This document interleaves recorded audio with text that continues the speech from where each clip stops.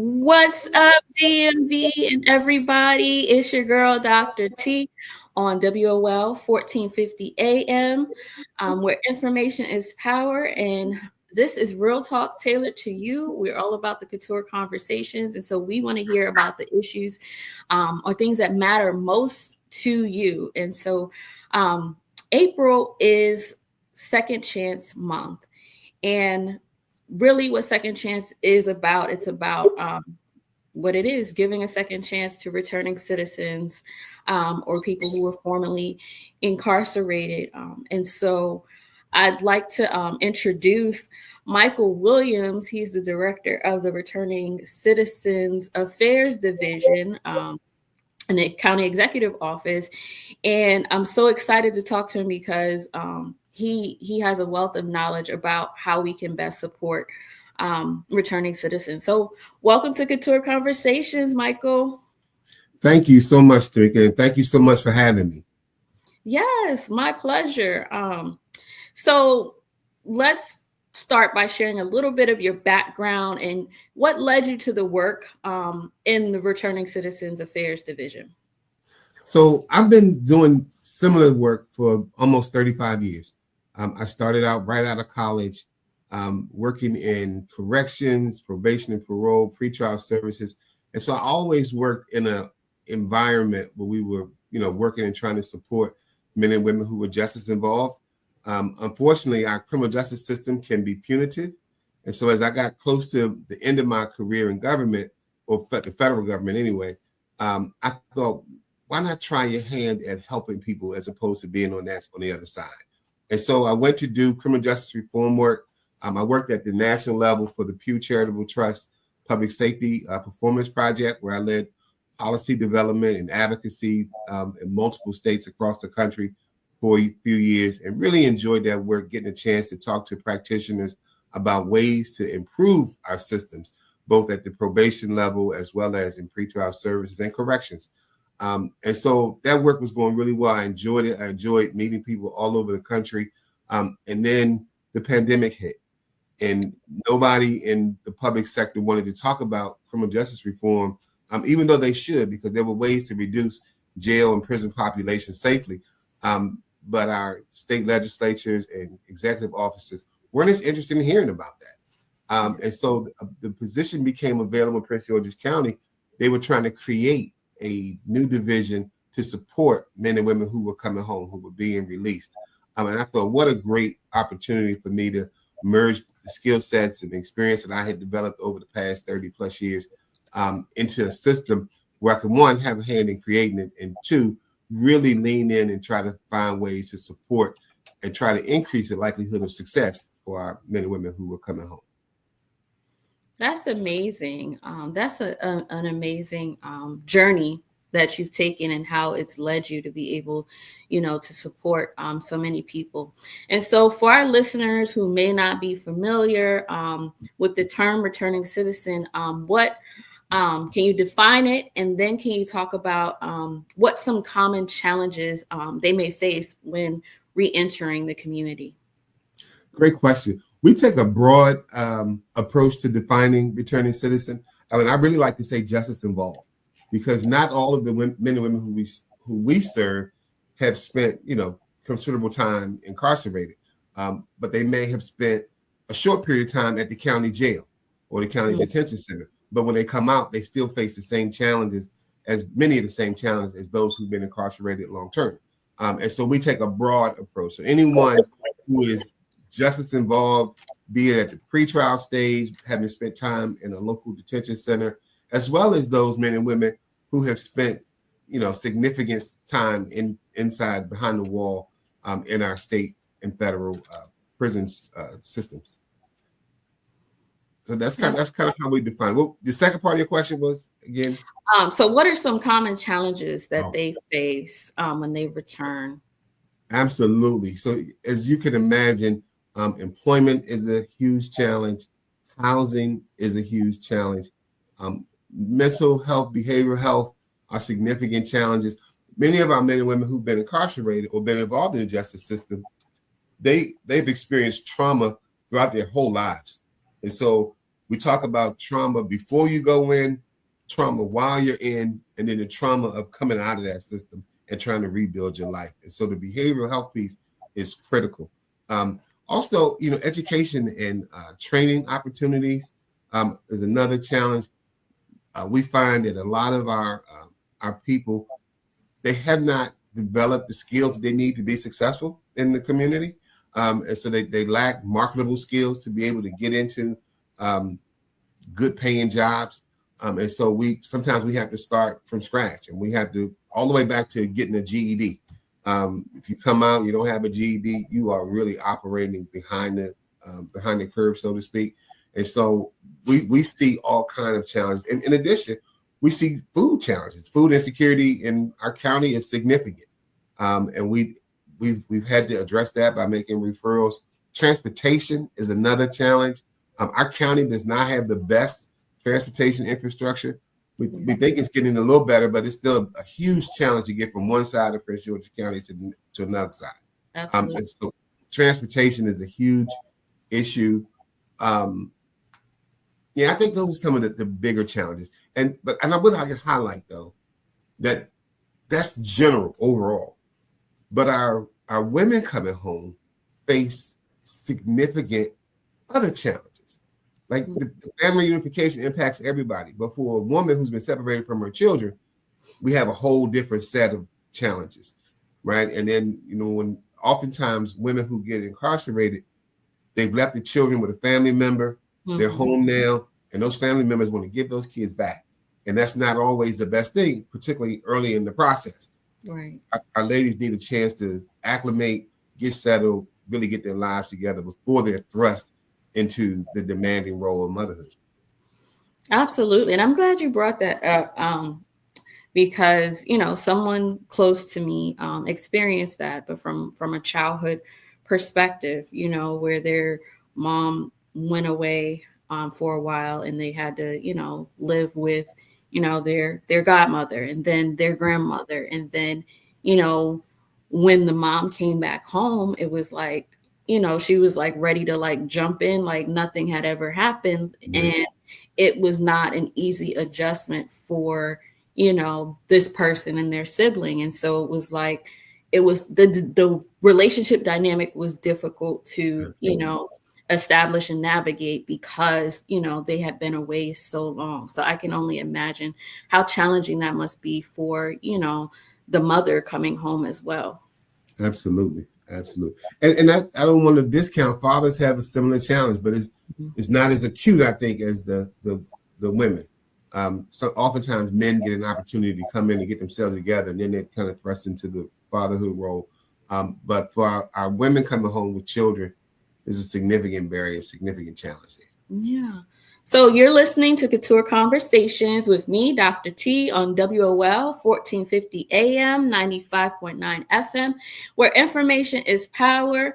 And this is Real Talk tailored to you. And we are having a real conversation with Michael Williams. He's the director of the Returning Citizens Affairs Division in the Prince George's County Executive's Office. And so we're talking about Second Chance Month, which is this month, and about some of the opportunities and challenges that some of our justice involved brothers and sisters may face. And so what does Second Chance Month mean to you personally, Michael, and professionally? So personally, I believe that everybody deserves a second chance. And this gives us an opportunity to highlight the need for a second chance in our community. And so I love this month because everyone's paying attention to formerly incarcerated and justice involved individuals. And we're having discussions throughout the month in different forums about what we can do better. How do we support our men and women who are coming home or who are otherwise justice involved? And so I love this time of year. I love Second Chance Month. Professionally, it's busy. It's almost every other day. There are events across the region, not just in Prince George's County, in the District of Columbia, in Anne Arundel County, Montgomery County. There are activities going on. And so it's really busy, but it's exciting at the same time because again, it gives us that opportunity to highlight one, the work that we're doing. And I think, we've made some significant strides. We have a ways to go, but we've made some significant strides. And then also highlight the need for additional resources, both financial resources as well as manpower, woman power, to come in and be a part of this. And so I think Second Chance Month is a great opportunity for us to highlight what's going on and what our needs are. And then, we've been having conversations with some of our faith-based community leaders about how our faith communities can help in this area. Many of them, we find they want to help, but they just don't know where to start. They don't know, how they can help, how they can be most beneficial. And, faith communities, like other communities, they don't want to just throw, resources at it. They want to know, okay, these resources are going to this cause, and here's how it's going to help. And so this gives us a great opportunity to engage. That's powerful. And I know you mentioned that there, all types of events going on this month. And I know we're kind of towards the end of the month, but can you talk to us a little bit about any events that have already happened or events that are coming up that you think our community should know about? Sure. So a couple of events that already happened. We've had at least 2 expungement fairs where men and women who've been charged and convicted of offenses can go meet with attorneys and find out if those charges are expungible, and actually put in the paperwork and get the process started to clear their records, to clear the path, particularly for employment. But that's a big issue. And so we had one at one of our churches. Reed Temple hosted a wonderful expungement fair a few weeks ago. Our workforce development arm here in Prince George's County, Employ Prince George's, hosted an expungement fair last Friday. My office, the Returning Citizens Affairs Division, we hosted a symposium this past Saturday that was an awesome event where we had the opportunity to sit down with people from across the spectrum in the county to come and let's just talk about what the landscape looks like. One of the things that the term we've been using is reentry ecosystem here in Prince George's County. And what we mean by that is we want participants from our faith communities, our nonprofit communities, our business community. We want everybody to come to the table and talk about solutions. We have a good sense of the problems, but let's talk about solutions and let's figure out how we can implement those solutions. And so we had a great opportunity this past Saturday to talk about solutions and put our heads together and give us some direction as we head towards the end of this fiscal year.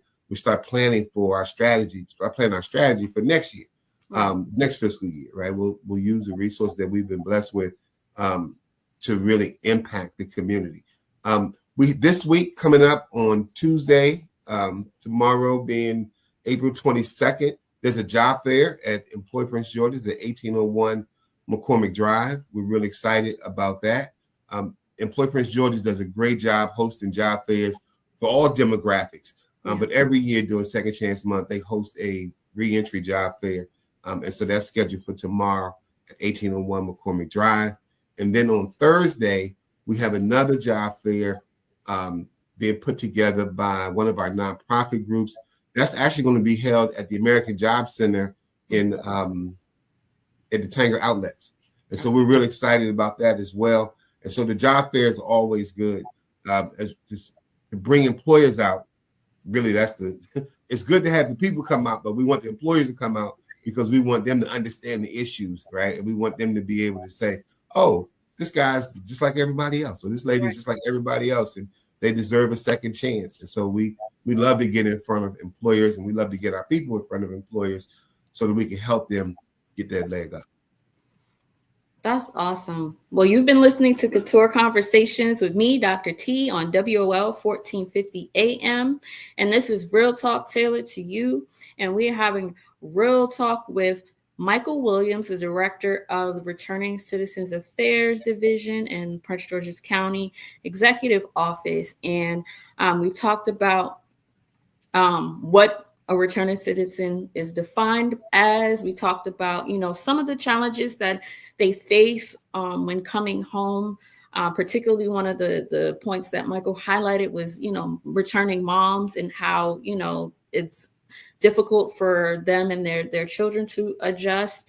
And then there's a lot of events going on, and so I will make sure for those of you who are watching online, I post it in the chat. But now we want to shift to public safety, because you said something before, Michael. You said you wanted to get the employers out because, to let them see that, returning citizens are just as good, of employees as anybody else.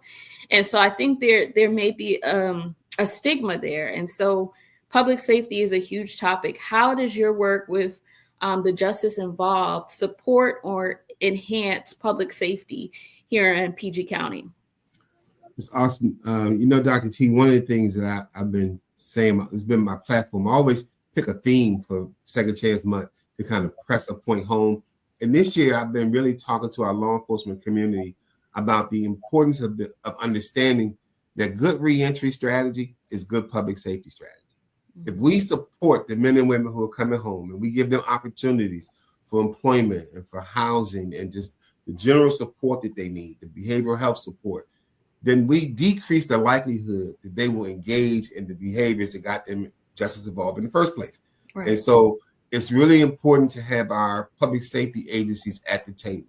And so we've been fortunate. Our ecosystem includes both the Prince George's County Sheriff's Department as well as the Prince George's County Police Department.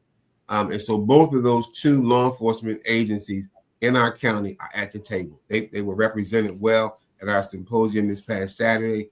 We host a bi-monthly reentry advisory committee meeting, and there are representatives from both of those law enforcement agencies at both of those meetings, so that we can really impress upon them the need to support, right? And we make them aware of resources, because sometimes when they come in contact with people, putting the handcuffs on them is not the only solution. There are resources in our community that they could refer them to. And so we've been pressing that home. And so we all have a responsibility in the community to try to increase and improve the public safety in the community. And so our employers, they have a role to play. Our training providers, they have a role to play. Our housing providers, they have a role to play. And so as we move forward, we really want everyone to understand that public safety includes our justice involved individuals. We can't continue to just throw people away. We can't continue to ignore the needs of people who oftentimes are justice involved because they lack the support that they needed as young people, right? And so they grow up, they don't get the support, they engage in behaviors that land them involved with the justice system. At some point, we have to figure out how to stop the pipeline. And I think if everyone understands the importance of it and how the connection between reentry and public safety, I think we can make a lot more progress. Yeah, it takes a community, like you said, and it's great that you have so many different community partners to support, the justice involved. And so, but, again, people still may have pause about their safety. So what are some of the biggest misconceptions the public might have about returning citizens? I think the biggest one is that they are all dangerous, which is just not true. Oftentimes, our so-called war on drugs landed a lot of our men and women of color in particular behind bars, and some for a very long time, right? And so they're people just like you and I. I don't know about, well, you mentioned it, but I know most people, particularly in our community, we know someone that's justice involved. We know someone, we have a family member, a family friend, somebody that's been incarcerated or been arrested. We all have experienced that in some form or fashion. And so I think that we need to get rid of the notion that just because you went to prison or you were arrested or locked up or whatever we want to call it, that you are now dangerous. That's just not the case. Right. And then the other notion is that people can't change. I think that's the biggest problem. I think we see people shy away from people because of what they've done in the past. Right. But we all know that we all have the capacity to change and to grow and to do better. I've been fortunate. We don't provide direct service to returning citizens. We're kind of the convener of all these groups and initiatives. But I still spend a lot of time with our brothers and sisters who've been incarcerated. and they are some of the smartest, most compassionate, kindest people I've Yep. ever met, right? And so because they've been through something and they understand the challenges of life better than a lot of us, right? And so I know when I get to hear from them and engage with them, I oftentimes think this is just like my cousin or my best friend or Mhm. my uncle, right? I mean, these are people that we know, and so I think we need to stop the otherisms and really embrace our community so that we can help rebuild our communities. Absolutely. And I'm glad you said that, right, about you know, the demeanor or, the character, because they've gone through something. And so they're not gonna show up the way I guess it would be perceived that they would show up. And so, we have a family friend, and they went away when they were younger, and came back, and this is the most nicest person, like gives the warmest hugs and is doing well, working as a family. And so you can you know have a second chance, but it takes us getting rid of that stigma that Right. that they're not safe, or that they're going to go back to jail or prison or whatever. And so I love that you all have those supportive services and resources for the justice involved. And so you've been listening to Couture Conversations with me, Dr. T, on WOL 1450 AM, and this is Real Talk tailored to you. And we are speaking with Michael Williams, the director of the Returning Citizens Affairs Division for Prince George's County Executive Office. And we talked about returning citizens and what that means, how it's described or defined. We talked about it takes a community, right? So there's a community of leaders and faith-based organizations and law enforcement that work together, nonprofits that work together to support um, the justice involved who are returning home. And so, speaking of supportive services, what support system does the Returning Citizens Affairs Division provide specifically? Sure. So, as I mentioned, we don't provide direct services. What we do is we support community based providers, and they can be public organizations such as our health department, as well as our nonprofit organizations in the county and our faith based organizations. And so, some of the, I kind of describe this in a kind of sequential manner. The Bridge Center at Adams House is run by the health department. That is our hub for reentry. They don't just do reentry; they do reentry, transitional age youth, and they support veterans. We're changing that to focus it primarily on returning citizens. But there you can go and get the assessments. Let's figure out what you need. Needs assessments. Let's figure out what you need. Do you need behavioral health or housing or employment? And then there's case management involved there. And then they refer out to all of the various nonprofit and faith-based organizations. They also have regular sessions there on family unification and anger management and all the things that you think that people may need. So we kind of do it that way. We also support probably about 12 different nonprofit organizations who are doing this work. And they provide everything from case management to transportation, transitional housing, which is a big one here in Prince George's County in particular. They provide peer support and peer mentoring, which is another huge initiative that's going on, not just in the county, but even at the state level. And our health department actually trains returning citizens on how to be peer mentors. And so that way, when you come out, you have access to someone who's been through what you've been through, made a successful transition, and they can help support the men and women who are transitioning as well. We also provide referrals for identification. Getting identification sounds like a small thing, but if you've been incarcerated for a long time and you've lost your birth certificate and you've lost your driver's license or government issued ID, that's a significant challenge. And so we have organizations that specialize in that, and they help as well.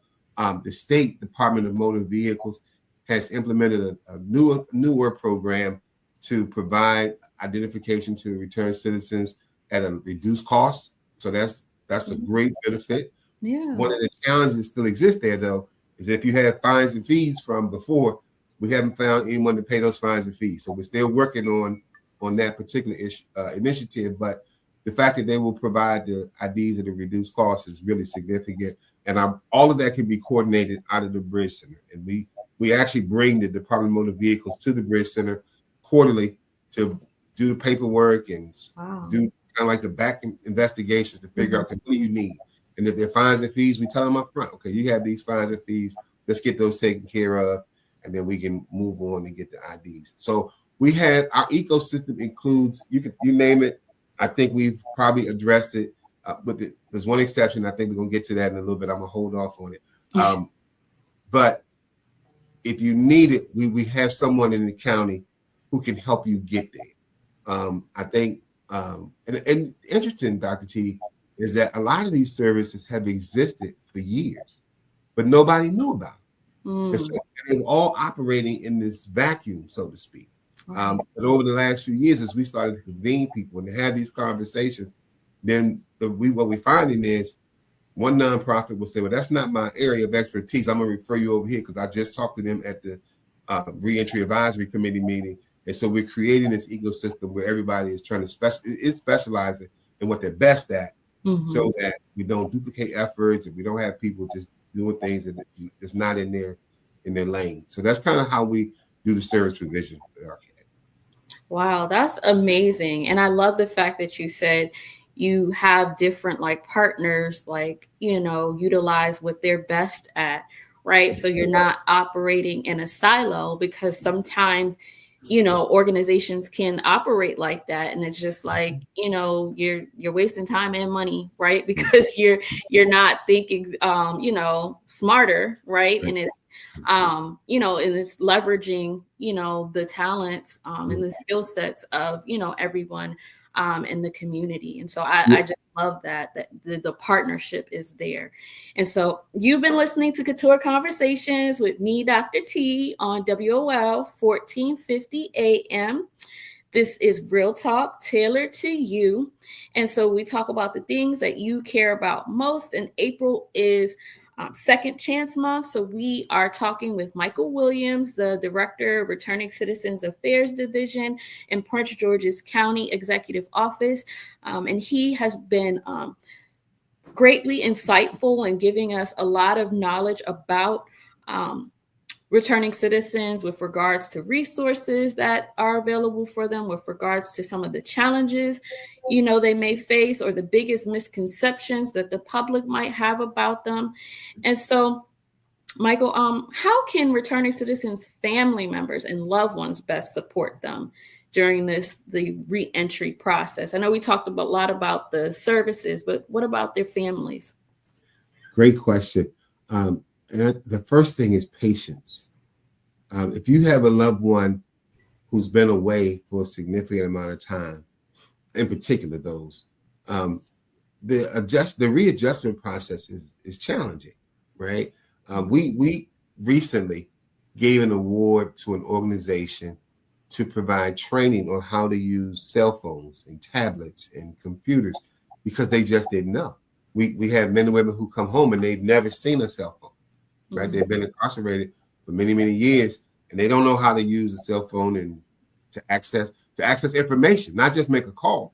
But I mean, we walking around with many computers in our pockets every day, and many of our men and women have no idea how to use the technology. And so, I think family members can start by understanding that there's a transition process. They can't come home and just pick up where they left off, or you're going to get just what you got before they went in. So, just being patient.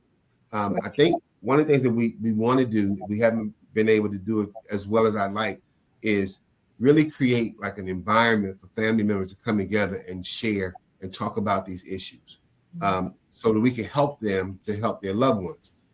We've done some family reunification work. I don't think we've done enough. It's an area that I think we can certainly shore up some. But we want family members, to understand what it's like coming home, understand the trauma that their loved one may have experienced while they were incarcerated. And so supporting them in finding mental health and behavioral health resources is another area where family members can be supportive. And then very tangibly, to not put returning citizens in a position where they have to immediately begin contributing to the household. That's a big challenge. And a lot of our men in particular feel a lot of guilt about not being able to contribute, but it takes time. And so like we have a young man here who, Dr. T, I'm sure you're familiar with, Mr. Pete Goodson, who is the specialist in helping people to find jobs. And he and I, we talk all the time about the first job you get may be at McDonald's, and there's nothing wrong with working at McDonald's. It's a great opportunity, but that's not the end. We want you to get the McDonald's job, get some experience, show some work history, and then bump up to whatever the next job is. So use that McDonald's platform to say, okay, I'm going to go to McDonald's. We have this variable schedule here. I'm going to take a training class. I'm going to prepare myself for what's next. And so that takes patience. Right. That takes patience and that takes time. And so we want family members to understand that and to be supportive. It's one of the biggest indicators of success for our population is family support. When an individual comes home and has the support of his family, and that could be parents, that could be siblings, oftentimes it's a spouse who's been waiting. Right. When they have that support, they are so much more likely to be successful in their transition than if they don't have that support. That's a great point. And I don't think a lot of people think about that. Like, what can the families do, to help ease their transition, back into the community. And, one of the things that you said was about programs that support mental health and, helping them to, get back on their feet with the job. And what sparked in my mind, I thought about the faith-based organizations. Like, I think, if they had like a support group for that particular population, then I think that would also help kind of like ease the stigma or the like, I don't know if I should reach out, but if you know that it's coming from like, a church or someplace that's, deemed safe, then you may be more likely to join that support group. What are your thoughts on that? I think you are right on track. One of the things that we've been doing with our faith-based community is trying to get them to understand that prison ministry is great. We go in, we share the word, we share the love of Christ inside the walls, but when they come home, oftentimes the faith community is not as supportive. And so we've coined the term reentry ministry. So it's not just your traditional prison ministry where we go in and we share the word, but it's the reentry ministry. We come in and we provide the support groups like you mentioned. We provide clothing assistance. Men when they come home, they don't have a lot of clothes, and they certainly don't have a lot of money. And so, my church, the church that I attend, has both. We have a clothes closet in our nonprofit organization, and we have a ministry called Restored and Redeemed, which is a support group that meets weekly that helps with the transition. Our church hired a returned citizen himself to come in as our associate pastor. And he created this ministry, and it is booming. And so I use him to go around and talk to other churches about power in this reentry ministry.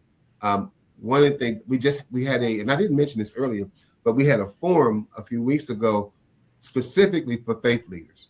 We brought together about maybe 100, 120 faith leaders from around the county, from every faith. We had imams there. We had a Jewish rabbi there, and we certainly had our Christian pastors, that being the predominant faith here in Prince George's County, to come together and talk about how our faith communities can help support. I was really excited about the turnout for that event, and we're starting to make headway. So we're seeing organizations put together reentry ministries.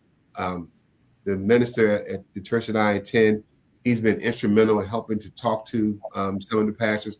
We have a former pastor that works at Employ Prince George's, who also has been instrumental in this reentry ministry. There's an organization called Healing Communities that specifically looks at the faith community and how they can support reentry, not just here in Prince George's County, but nationally.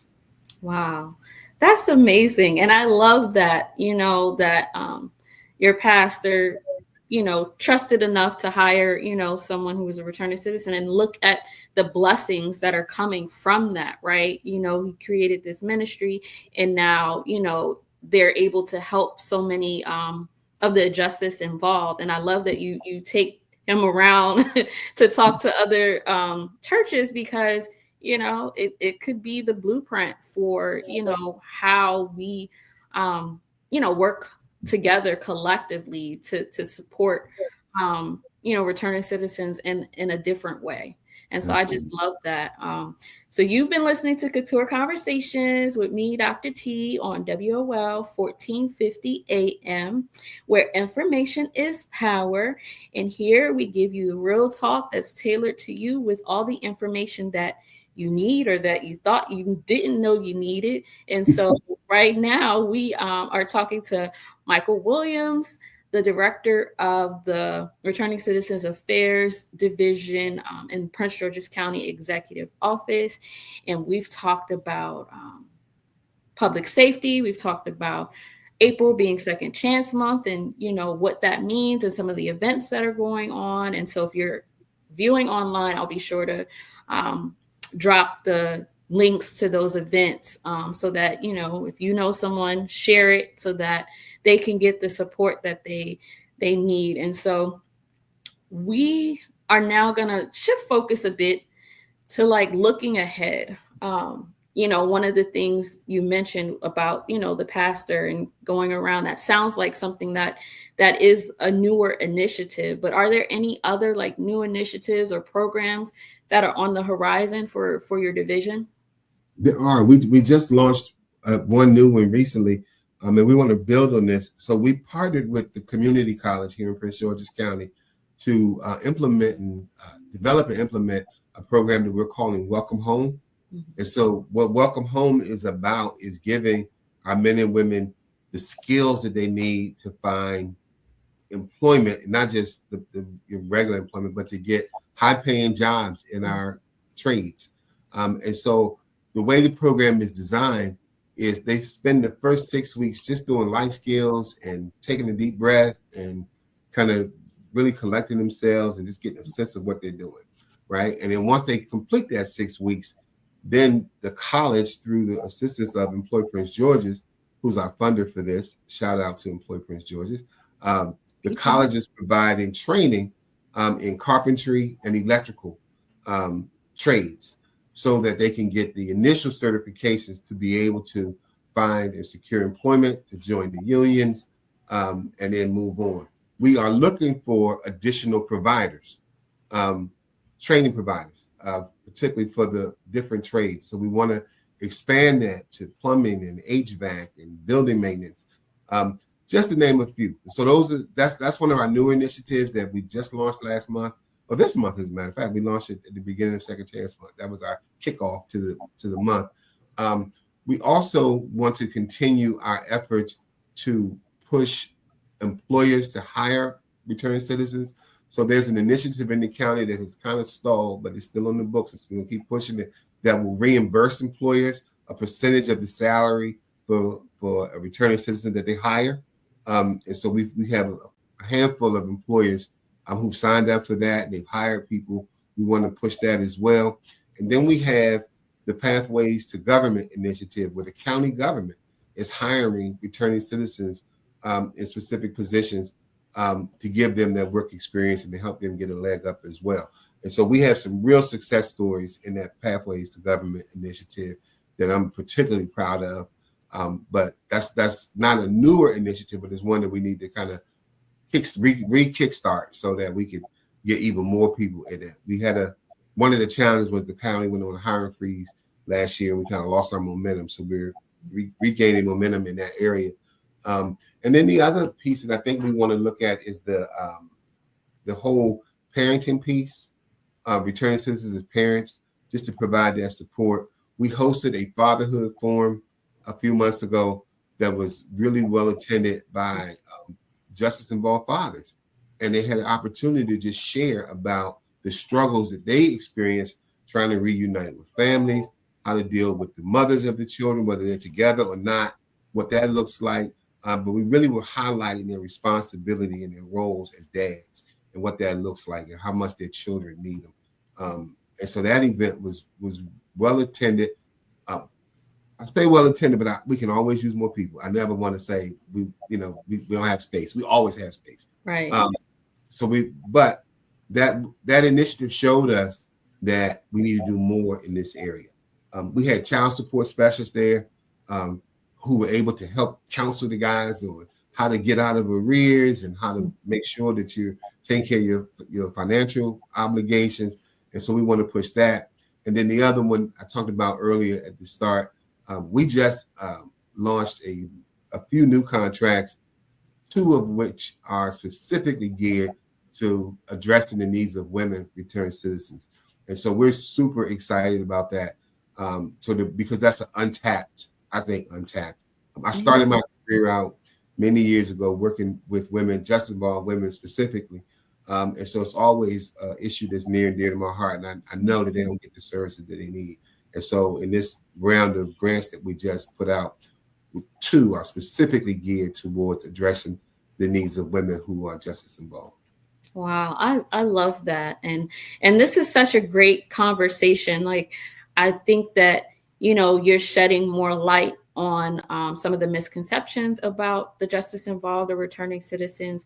And so if you are listening or watching, I'd love for you to weigh in. You can drop your questions or comments in the chat or in the comment section. And, let's talk about it, because we want to hear from you. And we also want to make sure that you get the information that you need to help someone, who may be justice involved that or that, someone else knows, because it takes a community, as Michael said, like it takes a community to be able to support the justice involved. And so you've been listening to Couture Conversations with me, Dr. T, on 1450 AM, 95.9 FM, where information is power. And this is Real Talk tailored to you. And so we've been talking about returning citizens or the justice involved, because April is Second Chance Month. And so our expert here, Michael Williams, is the director of the Returning Citizens Affairs Division in Prince George's County Executive Office. And Michael was giving us a lot of insight into some of the challenges that the justice involved face, like, coming home, not having a job, or needing to get IDs, or those types of things that we don't necessarily think about. And, the public safety piece, and those misconceptions that some people may have about employers hiring them, or, things like that. And so I just love the supportive services and the innovation that your division is showing in order to be able to continue to improve, to help the returning citizens. And so, one of the initiatives that Michael talked about was the moms, right? Helping returning citizen moms, because, a lot of times it's hard for them to transition back in. Another one was the incentive for employers. And, if they hire someone who's just as involved, and, they get reimbursed this percentage of the salary. And so I just think these are wonderful, wonderful, innovative ideas. And the only way that we're going to be able to, help our community is to really, think outside the box and really like come together. And so Michael also talked about, the partnerships in the community with law enforcement and with faith-based organizations. And so, Michael, what message would you share with a justice involved person who might be tuning in and feeling unsure or overwhelmed about their next steps? So I think the first step is to get connected, and don't isolate yourself, and know that there is a community of individuals across the board in the nonprofit community, the faith community, the public sector, who are interested in helping. And you don't have to do this by yourself. And so I always encourage returning citizens to get connected. We have several throughout the county support groups for returning citizens. I mentioned the faith-based one, Restored and Redeemed at the First Baptist Church of Glenarden. Pastor Lawrence Balboa has Men in the Gap, which is another awesome support group. And these are just places where you can go and just talk to people about what you're experiencing. And then there's power in community. And so as you're a part of that community and you're talking to other people, you can say, oh, well, I did this, or I tried this and it didn't work, or I tried it and it did work. And so you get that support, and you create a support network. None of us have succeeded in life by ourselves, right? And so the important piece of this is to get connected to men and women who are interested in helping, and becoming a part of that community. And you don't have to, I tell guys all the time, you don't have to always be a part of the community, but as you're transitioning in and transitioning back, rather, it's best to do it with people who know and have experienced it. All of our support groups are conducted by people who have experience in this space. And it's a community of people who've been successful at different levels in their transition home. That's awesome. And so you've been listening to Couture Conversations with me, Dr. T, on WOL 1450. And we've been talking about returning citizens or the justice involved, because it is Second Chance Month, with Michael Williams, the director of the Returning Citizens Affairs Division in Prince George's County Executive Office. And Michael has given us some great insights about what some of the challenges are that returning citizens face, some of the resources that are available, and a lot of the partnerships that are needed in order to truly support the justice involved. And so, before we wrap, Michael, what's one thing you wish more people knew or understood about the reentry experience? I think it's the idea that incarceration at any level is a traumatic experience. And there's trauma associated with that. And we all have trauma in our lives. The challenges come when we don't know how to address that trauma. Mm-hmm. And so oftentimes we hear these tough on crime people talk about, we need to put people away, we need to do these things. Well, most people who get incarcerated are coming home. That's the reality. Yeah. Most are coming home. They're coming back to your community, to my community, and they need our help. They need our support. They need our encouragement. I mean, I'll end with a quick story from this past Saturday. There was a gentleman who'd just been home a couple of weeks, and you could see the frustration all over him, right? And he made some comments to the larger group. And so afterwards, I went over to him and I asked him, was he okay? And how can we support you? And he just gave me a big hug and just said, thank you. Oh. To me, that was so powerful. And this is a big, tough looking, strong guy. And I was kind of taken aback, but I embraced the moment. Yeah. Because I could only, I've never been incarcerated, but I can imagine what he's going through and how he's trying to get back on his feet. And I think if we just see the humanity in all people, particularly those who have been justice involved, I think that's the beginning point of how we help. That's amazing. And I love that story that you shared, because like I said, I can relate. A family friend has come home and he just gives the warmest hugs. It's just he's had time to think about life. He's had time to, reevaluate things. And so, when returning citizens come home, like you said, your experience with, the big fella, they just, they're warm, they're not the stigma that they're created to be, in society. And they're really great people who can make a difference and be productive to our community. So I love that story. And, I appreciate you coming on, Michael. You have given our audience such great insights into what it's like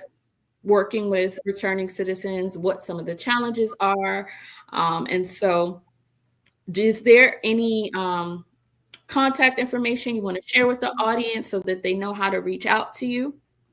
So if you go on the Prince George's County website at www.princegeorgescountymaryland.gov and type in Returning Citizens Affairs, they'll give you all of our contact information. We actually hired a returned citizen as our liaison, Ms. Sherry Cox. She's awesome and compassionate and just a wonderful human being. Her phone number is 301. No, I'm sorry. Let me give you the right number. 240-721-0485. That's Ms. Sherry Cox. She's our returning citizens liaison. She works directly with family members, returning citizens, and justice involved individuals themselves. She's the best contact to get in touch with us. Or you can go through the website and you can just put in your information and we'll get in touch with you. Also, I would encourage any returning citizen or family member to reach out to the Bridge Center with the health department, and you can Google that, the Prince George's County Health Department's Bridge Center at Adams House. Wonderful, wonderful organization full of compassionate people who are super excited to help anybody that comes through the doors. That's awesome. Thank you so much, Michael. You've been listening to Couture Conversations with me, Dr. T, on WOL 1450 AM. Thank you for listening, and until next time. Thank you. Thank you. Thank you.